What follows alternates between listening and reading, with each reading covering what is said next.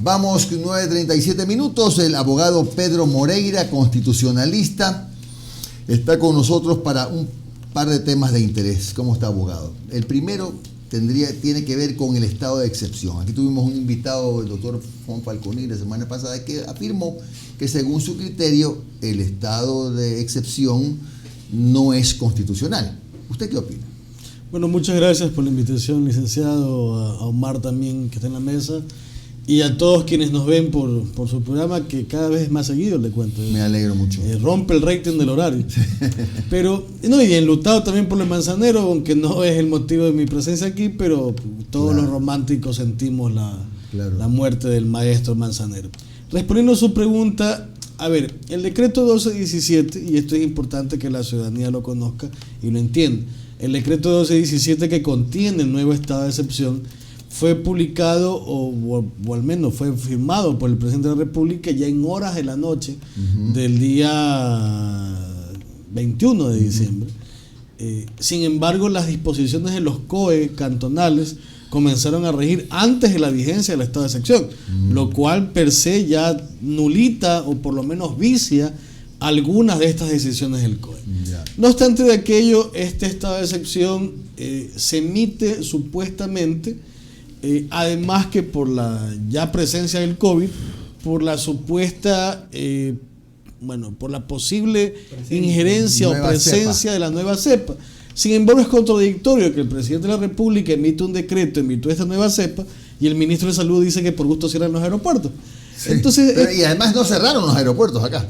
Claro. Ni los han cerrado. Ni los van a cerrar, creo. Entonces, es parte de esa incongruencia con la cual el gobierno actúa. La Corte Constitucional se pronunció ya al finalizar el segundo estado de excepción, diciendo que el gobierno no puede vivir de estado de excepción en estado de excepción, que a través de las políticas públicas que el gobierno nacional debe dirigir y debe trazar, debe buscar la forma en que las situaciones propias de la pandemia se las resuelva a través de estas políticas públicas y no vivir a través de estados de excepción o no gobernar a través de estados de excepción. O sea, usted considera que en todo caso había otras formas de evitar el estado de excepción y por medio de, qué sé yo, decretos, ordenanzas y otros etcétera, se podía haber manejado sin excepción. Claro, es que a eso quería llegar.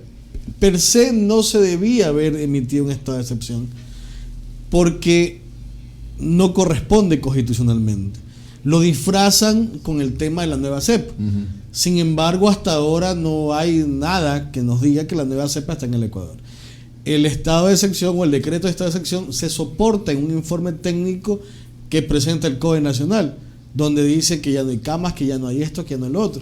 Sin embargo, ¿cuáles son las medidas o cuáles son las políticas públicas que el Estado ecuatoriano, desde el primer estado de excepción hasta el 20 de diciembre del 2020, tomó para que esta situación no derive en un tercer estado de excepción y, discúlpenme el término, camuflado por el tema de la nueva cepa?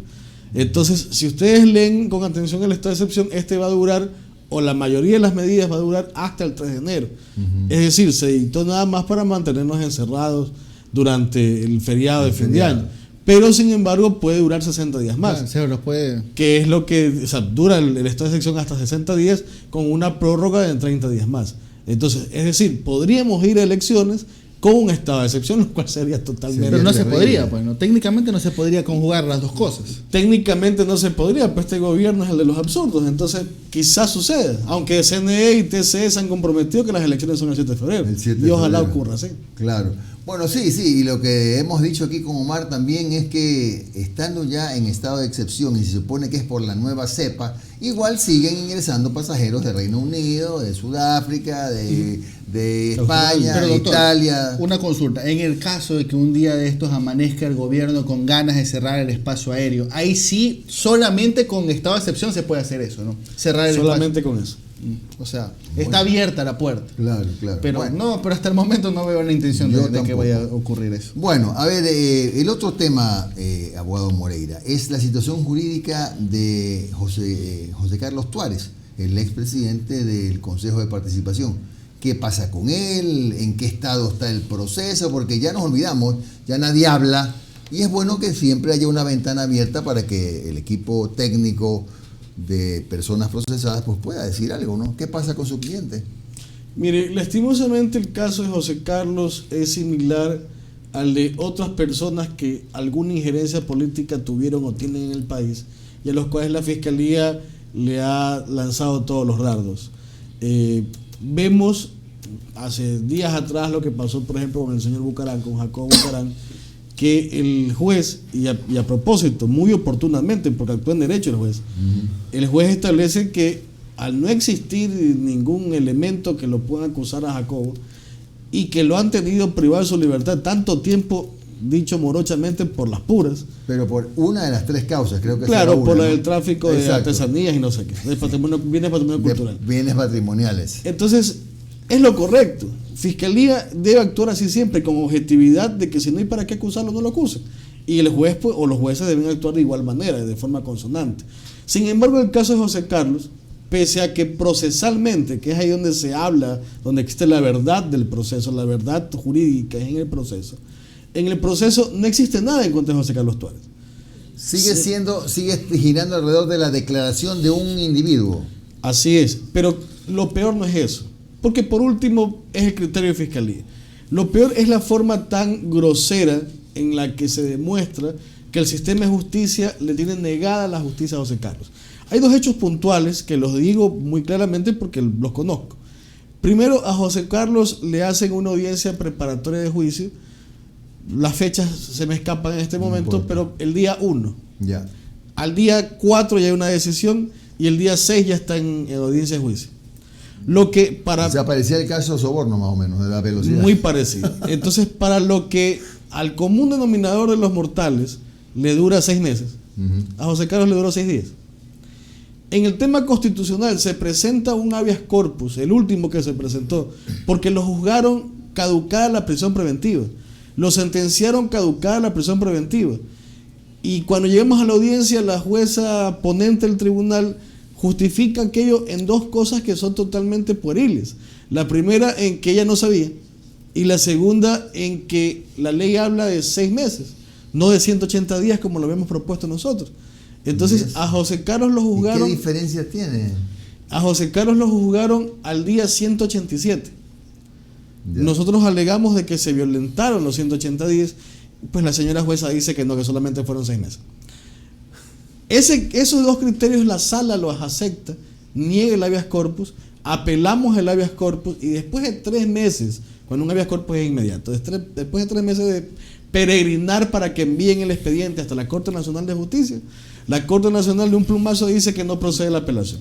Ni siquiera nos dieron la opción de reclamar el por qué presentamos la apelación. Simplemente la Corte Nacional ratifica el mismo criterio del juez de primera instancia de que 180 días no son 6 meses y que ellos, los jueces, no sabían que estaban siendo juzgados. ¿Y en qué estado está hoy la causa?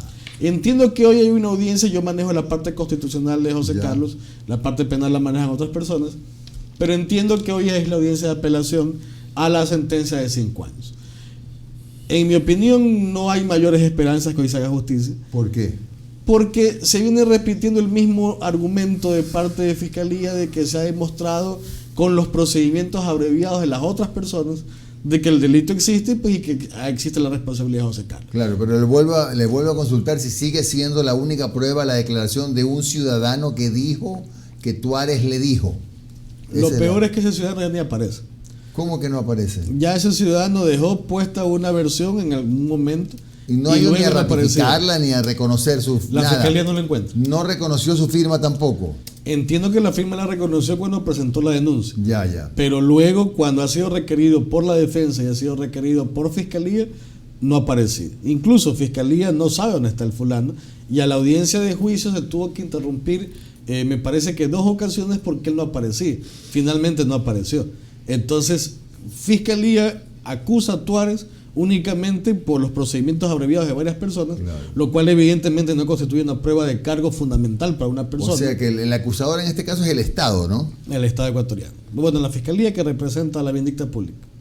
Es decir, 5 años que los tendrá que cumplir sin descuento por buena conducta ni nada. Pudiera ser menos de 5 años, 2 años, casi 3 años por algún beneficio penitenciario. Y su cliente, por los temas que usted manifiesta de violaciones a sus derechos, ¿va a presentar alguna demanda contra el Estado o no han hablado de eso? Existen 2 demandas contra el Estado. Ah, ya están. La primera, que es por la remoción como vocal del Consejo de Participación Ciudadana en su calidad de presidente, y la segunda por estos temas acá, por las graves y evidentes violaciones al debido proceso y a sus derechos constitucionales. ¿Presentadas ante la Corte Constitucional o donde quién? No, presentadas ante mi ignorancia. No se preocupe. Presentadas ante la Comisión Interamericana de Derechos Humanos, que es el paso previo para luego ir a la Corte IDH. Oiga, doctor, y dentro de todas estas personas que han dado sus versiones y todo, ¿se ha recuperado dinero? ¿Se ha demostrado que ha habido entrega de dinero por cargos públicos? No se ha demostrado nada. Existe incluso procesalmente certificados de entidades del Estado que dicen que no se ha movido un documento respecto a lo que se había denunciado. Por ejemplo, en la denuncia dice que José Carlos, a través de un fulano, le dijo a un sultano que con cierta cantidad de dinero iban a poner a Pedro Moreira de director de algo. Y no hay ninguna Entonces prueba. Existe la certificación de esa dirección de algo que Pedro Moreira no lo conocen, al sultano menos, y que nunca ha habido ninguna petición. Entonces, pese a todo eso, la Fiscalía insiste pues que hay un tema de asociación ilícita y que José Carlos forma parte. Y aparte del desaparecido denunciante, ¿quién más denuncia? Porque alguien más debe haber denunciado, ¿no? La Fiscalía cogió la ingrata labor de llevarlo a la cárcel a José Carlos y se mantiene en esa postura de que con la declaración de un individuo que hoy no aparece, eso. Y por los procedimientos abreviados que se han acogido, lo cual no constituye bajo ningún concepto jurídico una prueba en contra de una persona. A ver, expliquemos los procedimientos abreviados. Los otros acusados, que son, ¿cuántos eran? Como 16, ¿no? Más o menos, son más de 15. Más de 15. ¿Reconocieron el cometimiento del presunto ilícito? A ver, Pedro Moreira está procesado junto con José Pérez. Entonces Pedro Moreira dice, yo no lo conozco a José Pérez, sin embargo con María Piguave sí hicimos esta situación, por lo cual me acojo el procedimiento abreviado. María Piguave dice, yo no conozco a José Pérez, pero con Pedro Moreira hicimos tal situación, por lo cual me acojo al procedimiento abreviado. Entonces, casi todos dicen lo mismo, no lo conocemos a José Carlos Tuárez, pero con fulano de tal sí orquestamos esto de acá para sacar un beneficio, por lo cual supuestamente en representación de Tuárez. No, ni siquiera en representación de Tuárez, sino a través de otras personas, otros contactos, otras influencias. Entonces, ¿cuál es el delito que se investiga? Una asociación ilícita.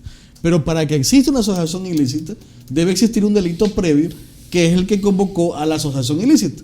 Lo cual no existe un delito previo. ¿No será esta vaina psíquica? ¿Cómo es que? El influjo psíquico. El influjo psíquico no será. No han tenido la desfachatez, por lo menos, de mencionarlo en este caso. Bien, entonces mañana dice usted que es hoy es la nueva diligencia, ¿no? Mientras tanto, el tema internacional de la demanda sigue, pero son años, ¿eh? 4 años, 5 años, ¿de cuánto demora eso, verdad? El pueblo de Israel aguantó más tiempo.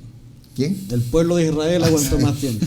Gracias al doctor Pedro Moreira, constitucionalista, que está a cargo de la parte constitucional en la defensa de José Carlos Tuárez. Tenga usted un buen día. Gracias a ustedes por la invitación y que tengan un muy feliz año 2020. Igualmente. 9 de la mañana con 51 minutos.